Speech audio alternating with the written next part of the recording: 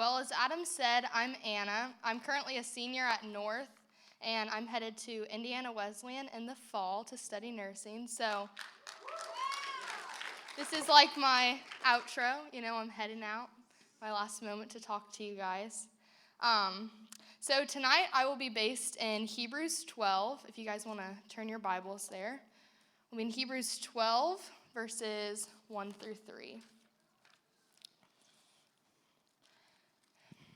All right, so Hebrews 12, verses 1 through 2 says, "Therefore, since we are surrounded by such a great cloud of witnesses, let us throw off everything that hinders us and the sin that so easily entangles, and let us run with perseverance for the race marked out for us."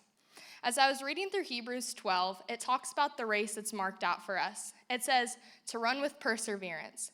The definition I looked up for perseverance is continued effort to do or achieve something despite difficulties, failures, or opposition. The more I read through Hebrews 12 and studied it, two questions came to me.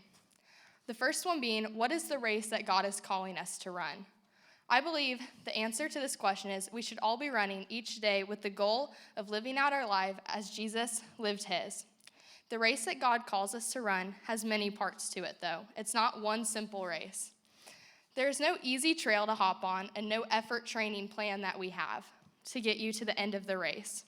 I think that we need to keep in the perspective is that our race is not a sprint, but it's a marathon that we are always on. Our race is the race of a lifetime. We can't redo it, and it's one continued long journey. We have to find our own pace, and everybody has their own pace and their own path that God has set out for them. And my path is not the same as any of yours, and none of you have the same one that you're on. My stumbles, injuries, and detours are not going to be the same as anyone else's. However, our finish line is all the same, and we each have the same call in the end. Our call is to have lived our lives like Jesus would have lived his, and to have made many disciples. We should all run with the goal of living each day for God's glory. The second question that came to my mind was, what does this race look like as we run it? And that's what the core of my message is going to be over, is the three main parts of how we run our race. Now, I think the first part of our race is that we need to find the people who are wandering their trail lost. And we want to seek and find those who are lost. Jesus gave us this example that we aren't to stay. Jesus' example showed us that we aren't to stay so focused at our own race that we forget to look for others who are injured or have quit running their race altogether. We are to stop and seek those people out that Jesus is looking for. The ones who don't know where their finish line is or where they're running to. We all have someone in our life that is running in the dark, lost. They either don't know God or they have strayed away from their faith. Some people are on the sidelines and they're waiting to be noticed. God calls us to run after each of those people. I want you all to take a minute and think of that one person who comes to mind that's running their race in the dark or just needs that extra push. I have a feeling that each one of you came up with one person. I know that when I think about it, I can think of at least one person who needs that help. In Luke 15, Jesus tells us the parable of the lost sheep, and I'm sure most of you have heard about it. In verses 4 through 6, it says, "Suppose one of you has 100 sheep and loses one of them. Doesn't he leave the 99 in the open country and go after the lost sheep until he finds it? And when he finds it, he joyfully puts it on his shoulders and goes home. Then he calls his friends and neighbors together and says, 'Rejoice with me, I have found my lost sheep.'" We are all called to find this lost sheep, just as Jesus talks in his parable about how they went out and found their lost sheep. But when I think back through all my years in youth group here, how many times have you heard Adam at the end of a message say, bring that person in your life to youth group next week? And how many of you truly went out, found that person, and brought them the next week? I know for me personally, I normally fell short of this. I would think about that person, go home, and I would never do anything about it and wouldn't bring them back the next week.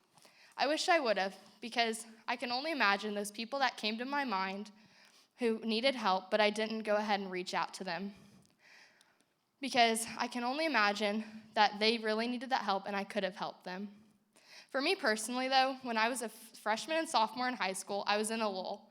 I didn't have a youth group or a real strong faith community in my life. That's when I had one of my friends reach out to me over and over again and ask me to come to youth group several times. Hannah Franklin, you are that person for me. And I'm sure glad she continued to push me to come, because if I wouldn't have come, I wouldn't have my community here to support me through all my ups and downs. Because when I was a sophomore in high school, I got the news that I had to have a major surgery on my leg. It took over 3.5 years to come to full recovery, and I'm glad to say that I'm fully recovered and able to do everything I love now. I spent hours driving to doctor's appointments and physical therapy sessions, and it was a painful, lonely, and not a race I ever wanted to be a part of. But God had a different plan for me. And having been able to come to youth group, it gave me a group of people that I could rely on, put my faith in, and pray over me when I was really struggling. So I tell you this because there's probably a friend in your life who you may not realize what they're going through, but they could truly use the push that you could give them to come to youth group. Because we all know that there's a community here that not many people get to experience, but sure would love to. That brings me to my second point, a part of running our race, is that we have to have a community to be able to have our faith grow in. Running our race doesn't require a partner when you're normally training for one. However, those who are successful have partners, a community of people running the race with them. These people hold you accountable, they push you and pick you up when you stumble. They also can cheer you on along your path. Having those people running alongside of you in a race is the best part of it all. I think our spiritual race needs these same people to hold us accountable. This community you can have run alongside of you, they can share your faith and help you grow and push you when life gets hard. My community here has given me so much support and grace as I have gone through my bumps in my journey. It's a community of mentors and friends that have truly dug into my faith and have given me the support I have needed through my hardest times. In Ecclesiastes, Solomon talks about the importance it is to have a community of people. In chapter 4, verses 9 through 12, it says, 2 are better than 1, because they have a good return for their labor. If either of them falls down, one can help the other up. But pity anyone who falls and has no one to help them up. Also, if 2 lie down together, they will keep warm. But how can anyone keep warm alone? Though one may be overpowered, 2 can defend themselves. A cord of 3 strands is not quickly broken. This passage in Ecclesiastes give us so much guidance to follow, because it truly says that if we have a community, our faith is much harder to be broken. And as we run our race, when we stumble and fall, having that community to back us up and pick us up allows us to not quit the race when we stumble. They can truly bring us back up and keep us from stumbling and falling in our race. I think the last part of running the journey is to have our perspective. We have to celebrate those small milestones that we're running. We can't just look at the big end picture and hope we get there right now, because there's a good chance that finish line is a very far, far away place. So if we keep celebrating those small milestones that come by us each time as we're passing them, having that perspective that we're passing those can lead to a whole new outlook on your faith. When we get injured, it can be hard hit a detour. It can be hard to be able to trust God, that He has a bigger plan that lies ahead for us, that He has a plan for this race that we're running. When we look at what is right in front of us, or we only look at the finish line we're trying to reach, we might miss these important mile markers on our marathon. When we might start to lose our faith, we don't understand why we're stopped in our race. But if we begin to look at these small milestones we have met, you get a whole new perspective on what God is doing in your life, and the trust begins to build with you and God and your faith. This was something I struggled with for a really long time. I always wanted to see the end or get to the finish line of what I was going through. When I was a sophomore and I had my leg surgery, it put me on crutches for over 6 months, and then junior year I had to have another one. This was more PT and more crutches. After these surgeries, I couldn't play sports or have the normal high school life I was hoping to have or expecting to have. I wanted to get to the end of my recovery so badly because I figured there was just something brighter on the other end. Because when we're going through a storm, we tend to look for what is that next big thing that's coming for us. But I wish I would have stopped and looked at those small milestones that I passed through as I was recovering, all the small miracles that happened, and the little blessings God had placed along the way. If I would have noticed those, I would have noticed God in each of those situations, and my faith would have built so much, and I could have sat back and watched God run the show instead of me running the show.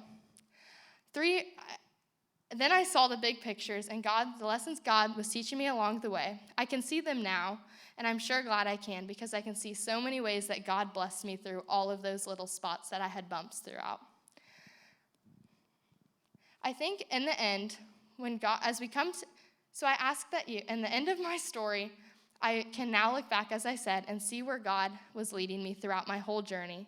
I truly believe that God put me through that hard journey that I was on, because as I want to go into nursing, I can feel like I can truly connect with the people in front of me. So as you are all running your race, and maybe some of you are stumbling throughout, look at the small milestones God has put in there. Keep your eye on those, because in the end, when you look back and see everything that God has shown you through that hard race, it'll be truly grateful. You'll be grateful to see every little thing God blessed you with.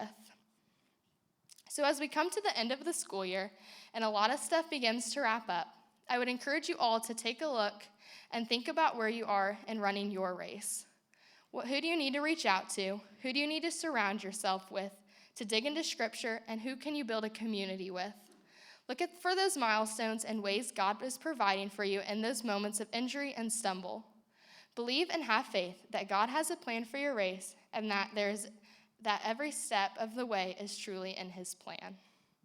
Thank you, guys.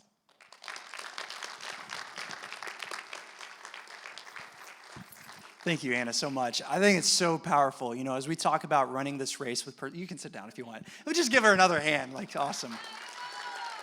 Yeah. It's so good. Seriously, thank you so much, Anna. I know that you prepared a lot into that, and it's just been it's been awesome to watch you grow and to watch you do that. And as she was talking about this, again, these main points were really sticking out to me, and I think they're really worth considering.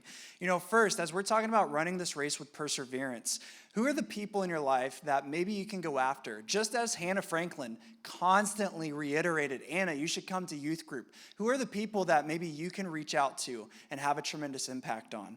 The second is, who's your community? Who are the community of people that you are doing life with? We are not meant to run this race alone, and we need people to surround ourselves with to strengthen us during these hard times that we'll inevitably be in. And then finally, have perspective. And this is one of my personal favorites. What Anna talked about was celebrating the milestones. Again, if we're running a race and all we're doing is focusing on the finish line, we might miss out on some of the really cool milestones that happen along the way. So feel free to celebrate those. So as you guys are heading into your life groups, consider those 3 points. Think about who is someone that you can go after, who's the community that you have, and what is the perspective that you need to have, and what are the milestones we're celebrating. So what we're going to do now is we're going to dismiss you into your life groups to talk more about this. And thanks for being here. Be sure to come back next week for our last Oasis of the year.